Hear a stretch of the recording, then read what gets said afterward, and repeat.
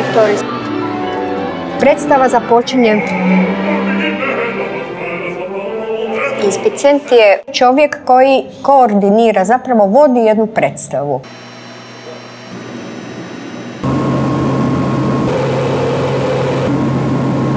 Osnovno je za svakog pilota biti ozbiljan u onom što radi. Može rampa. Može, zatvarajte. Desno 20. Dobro, lučka uprava. Kao zapovjednik razmišljam za sve.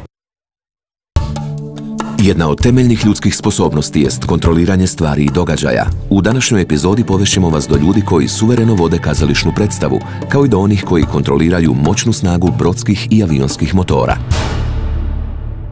Profesije osobno. Pod kontrolom.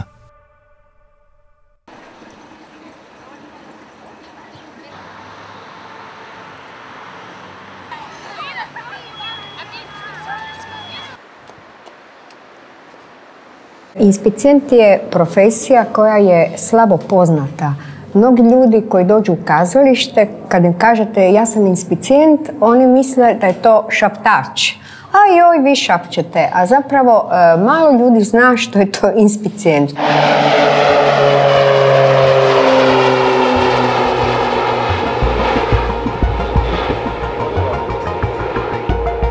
Sastav i stanje startne ekipe kompletna, stanje zrna se ispravno i rade, meteorološko stanje.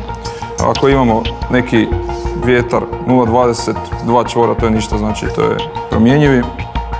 Prijelomno je nekako bio let u 4. srednje. Zapravo to mi je bio prvi let avionom. Zapravo mogli bi reći jedno skroz drugo iskustvo od ovoga što ja svaki dan prolazim. Međutim, to mi je bio prvi let uopće avionom i prvi put da sam vidjela azurnu obalu iz zraka. Još je bila i noć, tako da je sve skupa bila jedna velika magija. I tu sam definitivno rekla, ok, idem probat postati pilot.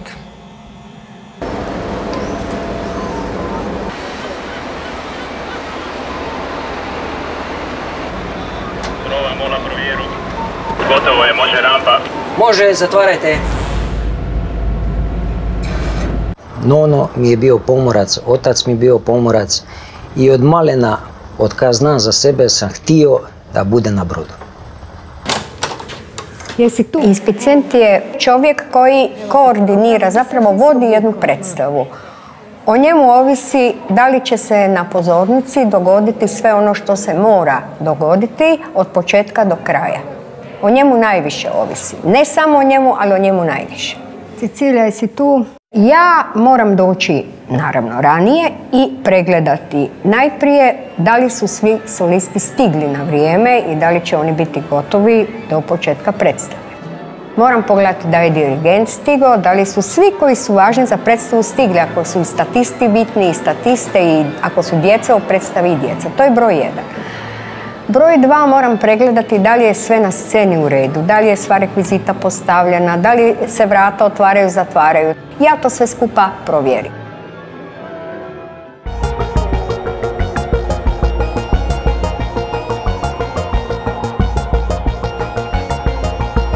Ovo je simulator našeg aviona, dakle aviona na kojem ja letim, to je Pilatus PC-9M. Koristimo ga prvenstveno za vježbanje instrumentalnog letenja, dakle za preciznost koja nam je potrebna u instrumentalnom letenju. Objasni se osnove rada simulatora, međutim tu nije ništa prekomplicirano budući da su instrumenti potpuno isti kao u avionu, a vanjski pogled jasno nije potreban budući da je to instrumentalno letenje, dakle radi se sve po instrumentima. Sve pripreme se obavljaju kao i prije leta, pokretanje aviona isto kao i prije stvarnog leta. Isto tako svi pokreti i cijela instrumentarija se koristi kao i u normalnim uvjetima.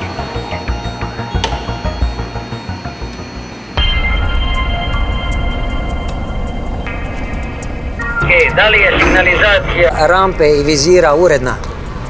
Signalizacija uredna. Ok. Posao zapovjednika nije lak. To je odgovoran posao, jer prvenstveno zapovjednik je odgovoran za sigurnost broda, sigurnost ljudi na brodu, za sprovođenje sustava sigurnog upravljanja broda i zaštita okoliša. To sve mora funkcionirati, prema tomu odgovornost je ogromna. To je putnički brod koji prevozi 1000 putnika do 77 članova posade i kapaciteta 270 automobila. Pesno 20. Moj posao se sastoji u tome da gledam u note, gledam u dirigenta na ovom monitoru i na scenu na ovom. I onda prema ruci dirigenta dajem znakove, jer obično uvijek rasvjetni znak ide skupa s nekim dijelom novim. Onda ja gledam ruku dirigenta i kad on digne ruku ja dam znak, recimo prema njemu se ravnam.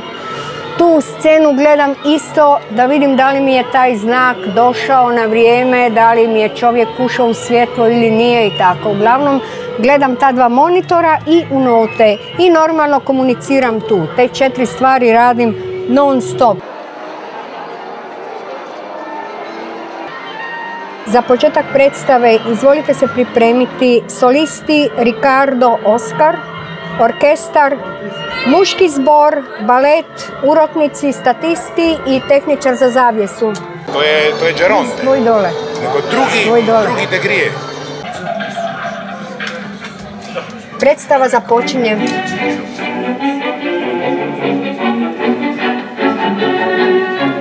Još malo pa će zastor.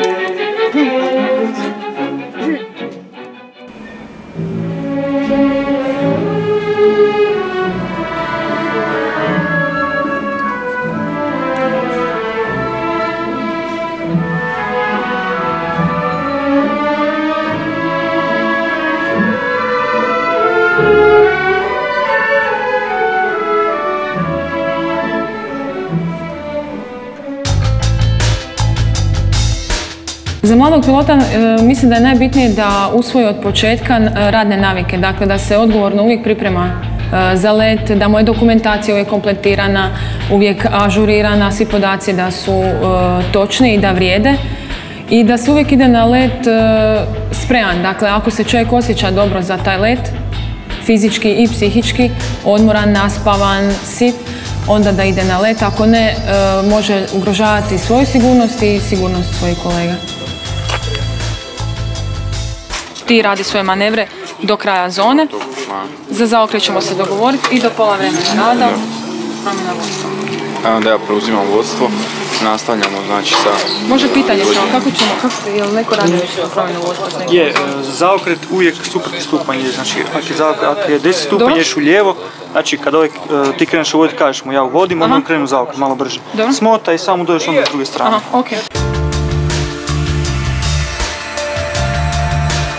U početku, budući da sam ja jasno u velikoj manjini ovdje kao žena, bilo mi je veći pritisak nego većini mojih kolega. Međutim, stariji piloti i iskusni koji su stvarno pokazali dosta razumijevanja su mi rekli da je najbitnije da ja radim, da dajem sve od sebe i moja će onda djela govoriti za mene.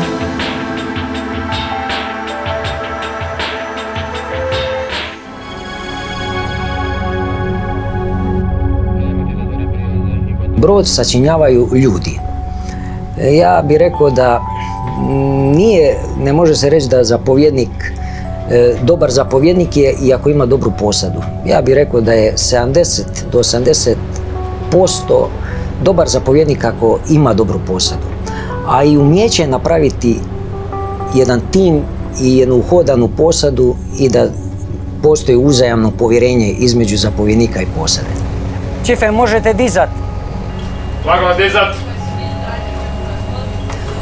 Svojim časnicima maksimalno vjerujem, ali želim da i oni meni vjeruju.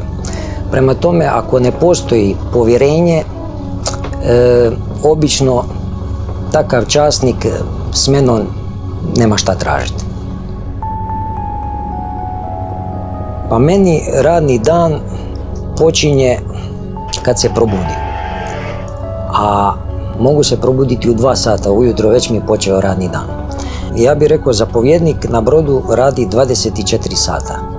24 sata zbog toga što je on uvijek na raspolaganju. Znači, u slučaju bilo kakve krizne situacije ili situacije koja se odnosi na ugrožavanje sigurnosti broda ili bilo čega, zapovjednik je tu i on mora donijeti odluku. Pa ja govorim, svako putovanje ima nešto. Najbizarnije može biti s putnikom koji ima, šta ja znam, temperaturu 40 i to se mora shvatiti ozbiljno. Idemo, dečki. Ajmo. Inspicijent mora biti dobar. On ne može ne biti dobar. Zbog toga što on mora pristupiti svakoj predstavi, ne svakoj premijeri, nego svakoj predstavi sa jednom velikom odgovornošću. To jest, mora pristupiti svakoj predstavi kao da on nju radi prvi put. Mora biti vrlo odgovoran, mora biti savjestan, mora biti jednostavno u tome. Ide osmija. Ne može otići na pauzu, ne može reći ja sad neću napraviti ovo, napraviti ono. Inspicijent to mora biti. Il destino si ne catena, se perduto feno.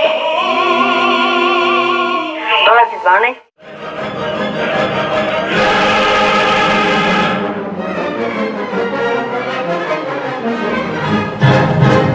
Zastor.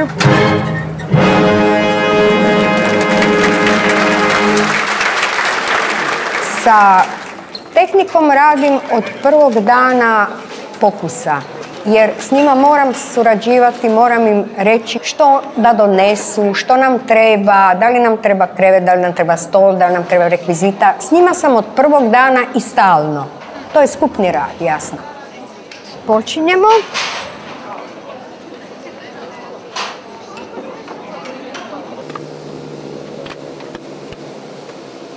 Razlika između pilota vam je kao i recimo između vozača automobila, nije to ništa drugačije. Svaki pilot ima svoju tehniku pilotiranja, neko je brži, neko možda finije pokrete ima.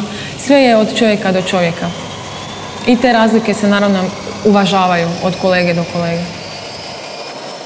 Sad budući da sam ja jedan od najmlađih ovdje pilota, a odgovornosti mi u skladu s tim i nisu prevelike. Dakle, kako čovjek ide radni staž, kako mu se povećava čin, normalno dobiva sve više i više zadaća i sve više posla. Moja odgovornost za sad ide do toga da ja moram se pripremiti za svoj let i paziti na svoju sigurnost svojih kolega u zraku. Pogotovo pri nekakvim vježbama koje još nisam radila, dakle koje su mi novi elementi i tako.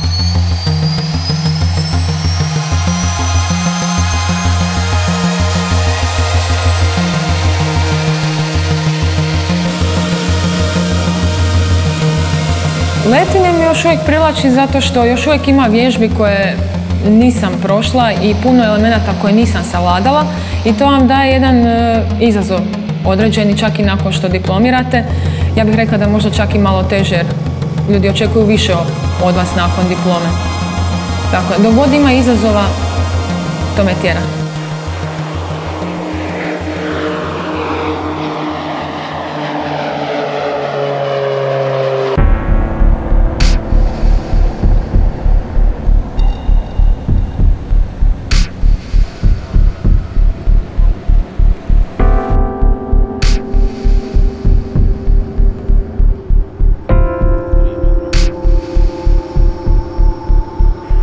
Zarada na našim brodovima je zadovoljavajuća.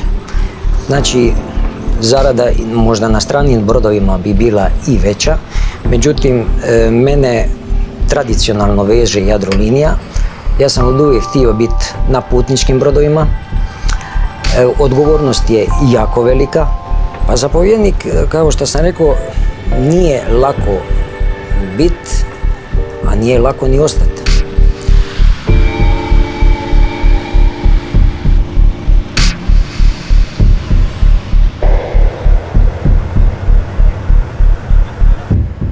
Moja profesija je jedinstvena zbog toga što je na moru i u kritičnim prilikama zapovjednik odlučuje sam što napraviti u kriznoj situaciji.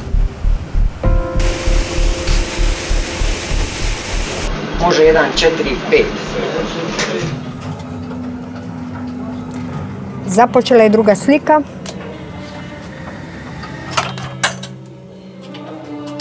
neki savjet, ne mogu reći da sam od bilo koga dobila neki savjet. Ja taj posao, nažalost, nisam ni od koga učila. Ja sam ga učila sama.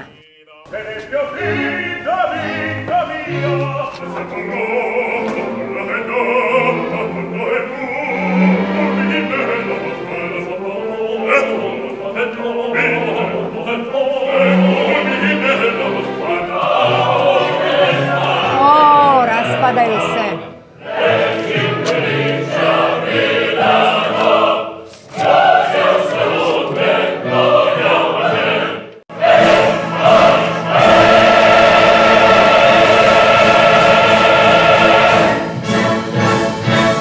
Zastor.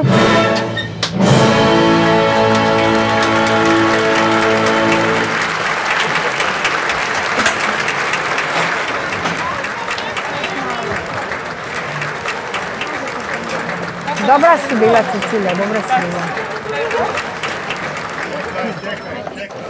Daj neku krpu tamo. Daj krpu. Ima. Pa šta vam je večeras? Vi se stalno tučete, sudarate. Koji vam je vrag večeras? Ja ne znam što je rekviziti večeras. Stalno padaju, sudaraju se.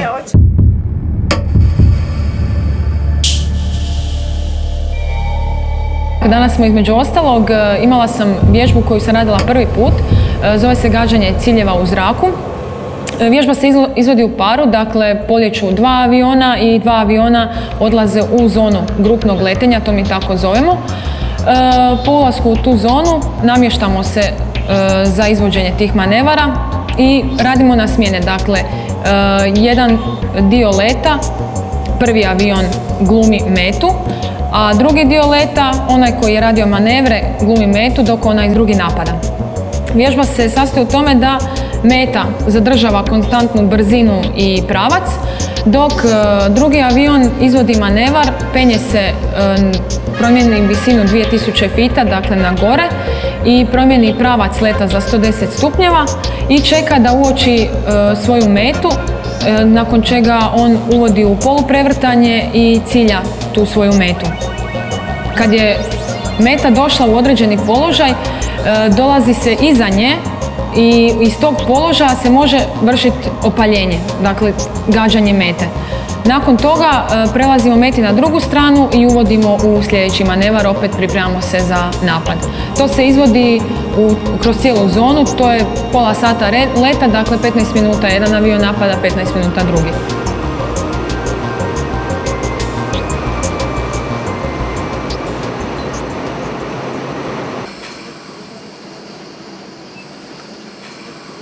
Lijevo 10.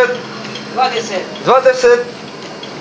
Pa meni najgori trenutak na brodu, koji mi je, rekao bi, ne najgori, ali što ne volim, a to je normalno u našem poslu, gdje je maksimalni oprez, to je magla. Ja bih rekao, to je najgori trenutak. A trenutak najgori na brodu i drugi, što ne bi volio da se dogodi, a moguće je uvijek požar na brodu.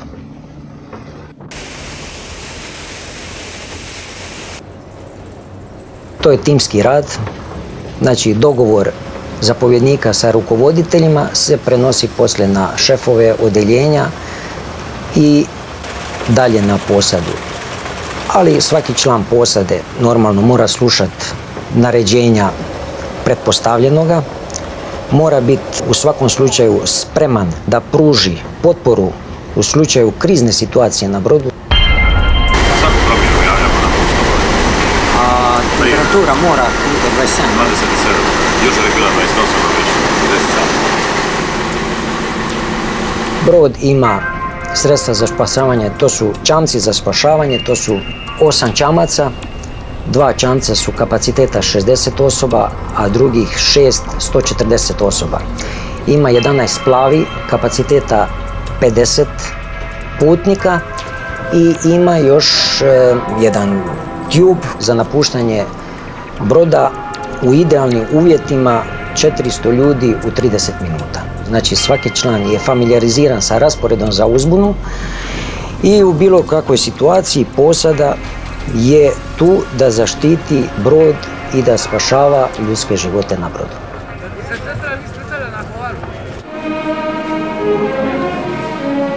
Treba voljeti taj posao, treba voljeti kazalište i treba biti spreman na poprilične žrtve i nerazumijevanja.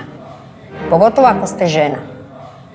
Jer žena treba uložiti mnogo truda da bi uvjerila ljude u ono što želi, tu veliku masu ljudi. Ja i dan danas doživljavam tu i tamo neke provokacije od nekih muškaraca koje možda ne bi, zapravo ne bi se dogodilo da je pred njima jedan ovako muškarac, ne bi se usudili reći to što znaju tu i tamo meni reći. I dan danas nakon puno godina rada. Oskar, Samuel Tom i muški zbor, izvolite. Odgovornost je velika, to je bez daljnjega. Zarada, mi smo zapravo potplaćeni, a mi smo potplaćeni zato jer se malo zna o našem poslu. Čak i ljudi koji rade u kazalištu ne znaju dovoljno o našem poslu. Oni misle to je samo ajde, tako malo upiranje gumbi, to nije ništa. Tako da je meni jednom jedan kolega rekao, ma što je vaš posao prema mom poslu? Naime, ne možemo uopće o tome govoriti, ali to je znak da se o tom poslu ne zna. Tehničar za zavjesu, tehnika za promjenu. Ja sam širokog polja interesa, pa bi ja vjerojatno se našla u dosta zanimanja drugih. Smislila bih već nešto, kažem, još dan danas me zanima i puno toga probam i puno stvari učim, ali trenutno sam ovdje i dobro je.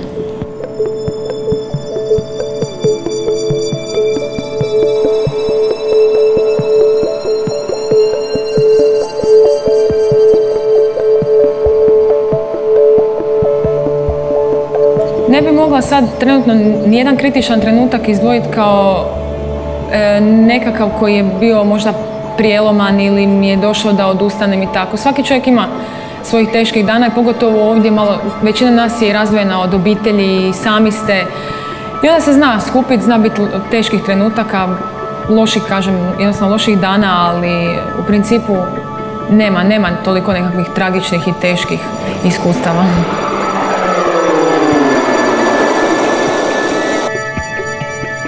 Vječno pitanje, žena u vojsci. Sve u svemu nije loše, vjerojatno je bilo puno gore mojoj kolegici, recimo, koja je završila davno prije mene, ja mislim 8 godina, njoj je sigurno bilo puno teže, pogotovo zato što je bila prva žena na avionu. Danas su stvari bolje, meni nije preteško, naravno uvijek ima stvari koje vas pogode, komentara koji teško padnu, ali sve u svemu kolege su tolerantni.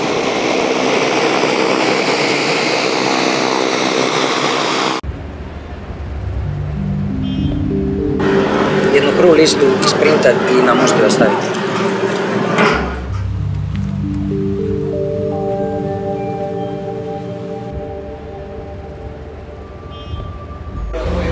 Lijevo sve. Mađanik, gotovo.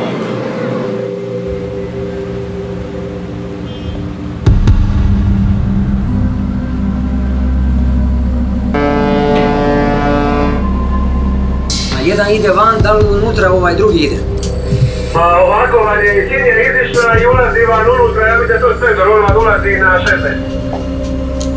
16. Dobro, lučka uprava, dobro. Ok, hvala, vidimo se.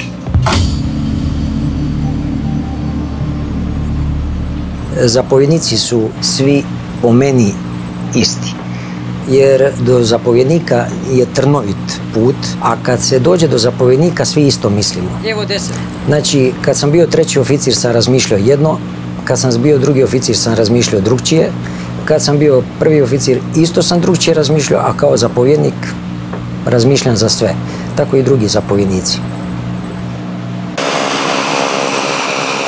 Zarada, ako pitate bilo kojeg pilota, reći vam da može biti puno bolja.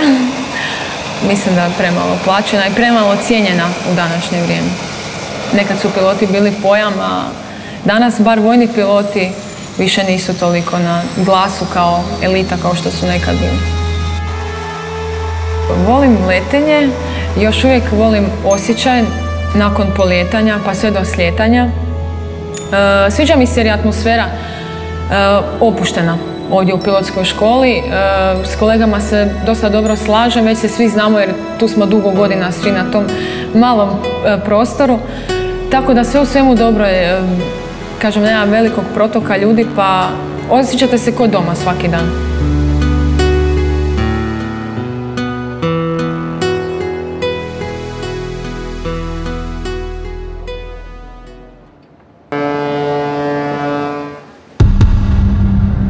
Moja odluka je konačna.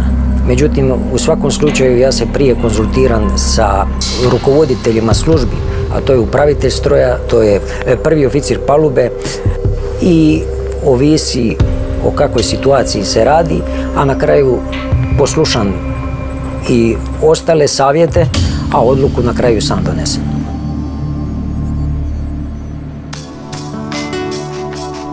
Pa iskreno u svojoj profesiji bih rekao da ja svoj posao volim, da volim brod.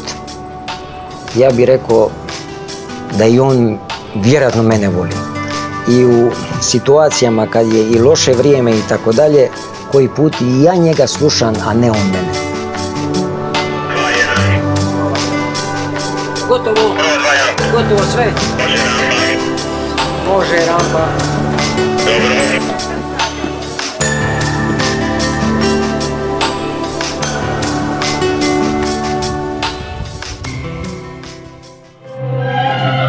Solisti, muški zbor, urotnici. On je težak, on je odgovoran, međutim, eto, ja takav posao bi nikome preporučila, o tome se radi. Da bi se radio ovaj posao, treba jako, jako voljeti kazalište i privatni život podrediti kazalištu, što baš i nije nužno.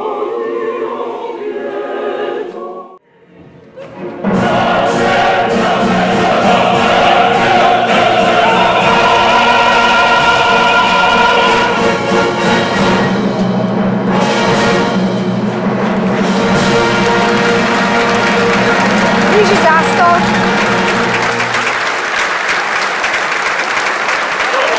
Ajmo Silvano. Čekaj, diži ćemo još jednu. Diži još jednu, diži još jednu. Ajde, diži. Ja sam od najranije svoje mladosti išla u kazalište. I onda kad bi onako mogla za sebe reći, ne bi bilo neskromno da kažem da sam ja kazališni čovjek. Eto, ja kazalištu pripadam. Spuštaj!